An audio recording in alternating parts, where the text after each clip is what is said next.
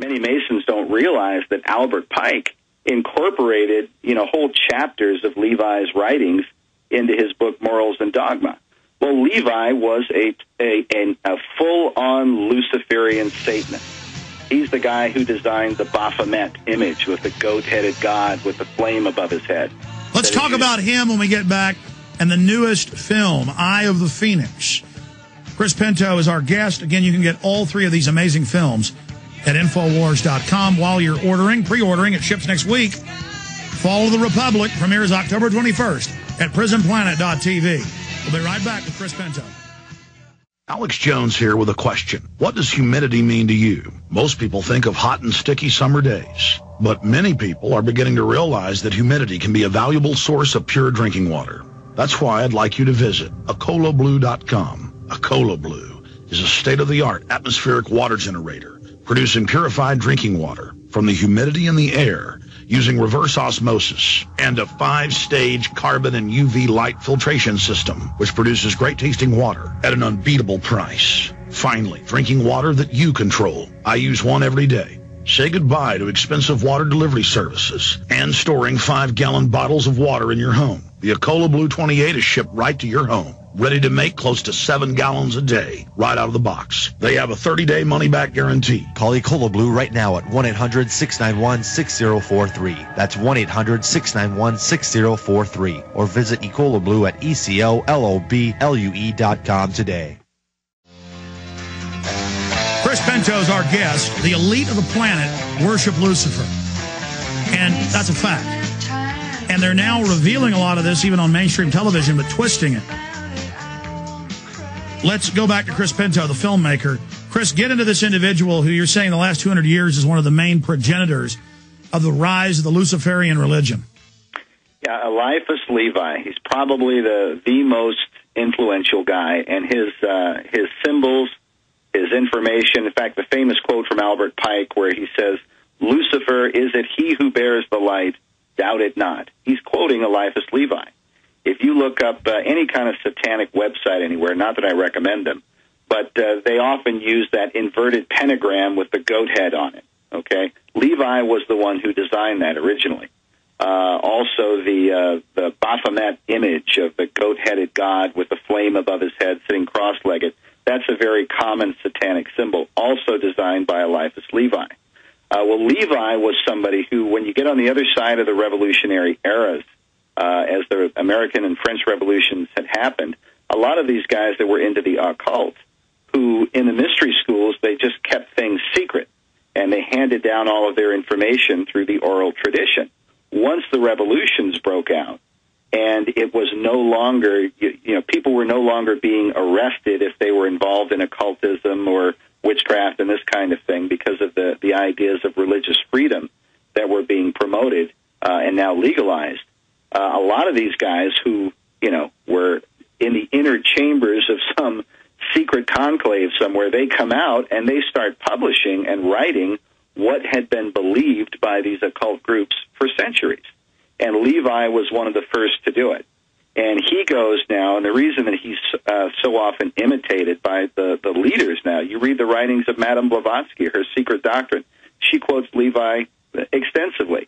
Albert Pike, same thing, infusing Levi's ideas into the Scottish Rite rituals that American presidents and judges and congressmen and so on, if you're a Scottish Rite Mason, you are going through rituals and ceremonies that have the writings and the ideas of Levi and Albert Pike interwoven in them. It's inescapable. And so there's a change in Masonry in the last 200 years influenced by Levi. Oh, yeah, dramatically, especially when you get into Scottish Rite Masonry. That's his big influence because Pike took so much of his work. I mean, Pike says in his writings, Albert Pike, and, we've been there. We show you the inside of the Masonic House of the Temple in Washington, D.C. We got permission to go in there and film. We interviewed Dr. Brent Morris, who's like the head of, he's the managing editor for the Scottish Rite Journal, which is like the leading Masonic magazine. But they have an Albert Pike room down below with the death mask of Albert Pike and his pipes and all of his books and everything. They have Pike buried in the wall there in the temple. They have, when you walk in, the first thing you see is a big grand hall, and at the end of the hall there's a staircase leading up to an altar, and there's a bust on the altar, and it's Albert Pike. The reason I say these things is because sometimes the Masons will try to marginalize him and say he's not that important because he has all of these quotes pertaining to Lucifer. And it was Pike who said that the entire purpose of Masonry is a continual progression toward the light. Okay, and that's the big thing. They're always talking about light and going toward the light. And then Pike says in his writings, Lucifer, is it he who bears the light? Doubt it not. So what they're leading their members toward, whether they know it or not, is ultimately toward the full-on worship of Lucifer. And by the way, George Washington, as you know, before he died, spoke out against as a lot of other senior Masons did. But you talk to low-level Masons, they're like, oh, my rituals have nothing to do with this. You can show them Morals and Dogma, Albert Pike. You can show them Manly P. Hall. These are the big grand Masons of the last 200 years, and they just won't look at it. They're in denial. Yeah, they are. And what they've done is they used to give everybody, Alex, they would give them Pike's book, Morals and Dogma. Then they stopped doing that, I think, because it was just too controversial. Now they give the Masons another book called A Bridge to Light, okay, which is like a smaller book, and it's edited by some other modern Mason. But what they've done, the entire book, even A Bridge to Light, is just like the Cliff Notes of Albert Pike's writings. It's an abbreviation of his writings. And I think that is done possibly to deceive some of these Masons so that they don't think that they're being directly involved with Pike's Luciferianism, but there's no way around it. He is interwoven in Scottish Rite Masonry. And I've been to lodges, I've visited lodges out in California and so on where you walk inside. I confronted some Masons out in California out there, and they tried to get me to, well, come down to the lodge and just visit us one day and you'll see. And so I said, well, stay there. I want to hear about what happened with this confrontation with Chris Pinto. Straight ahead. Direct to you. You're listening to the Alex Jones Broadcasting Network. No one knows what it's like to be hated. I promised to do this when we're live on PrisonPlanet.tv. Then we're going to go back to our guest. To telling only lies. I was mailed the Houston Post. They don't even have this newspaper anymore, I don't think. Flu shots defended, but growing number of elderly refusing vaccine. This is from May 5th, 1970. And then they had the big swine flu fear-mongering, broke out on a military base, killed some people. And then they forced that inoculation on America, and a bunch of people died, so they had to stop. Growing number of elderly refusing vaccine, believing it causes health problems. Next week, I'm going to leave this on my desk. Maybe even Sunday, I'm going to read this on air. Houston health officials were faced Thursday night with more physician cancellations for swine flu vaccine and a growing number of elderly persons refusing to take their shots. But the Texas Department of Health Resources announced earlier in Austin that statewide flu vaccine program would resume Monday, trying to force it on people. They're never stopping.